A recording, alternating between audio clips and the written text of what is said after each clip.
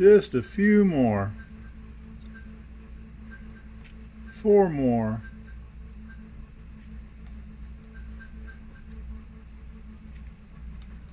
2 more. Last one.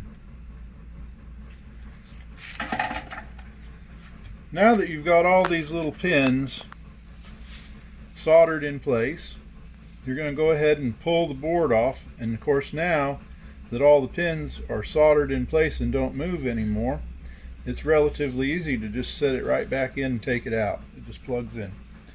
Now the next step in doing this, you're going to go and find your little container of resistors. The resistors are all labeled on the board, and they're all on this side. You'll have 4 1K ohm resistors that go right here. They're all labeled 1K.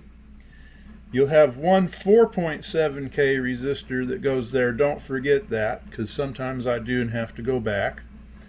You'll have a 100K, a 100K, a 470 ohm, a 470 ohm, a 100K, and a 470 ohm.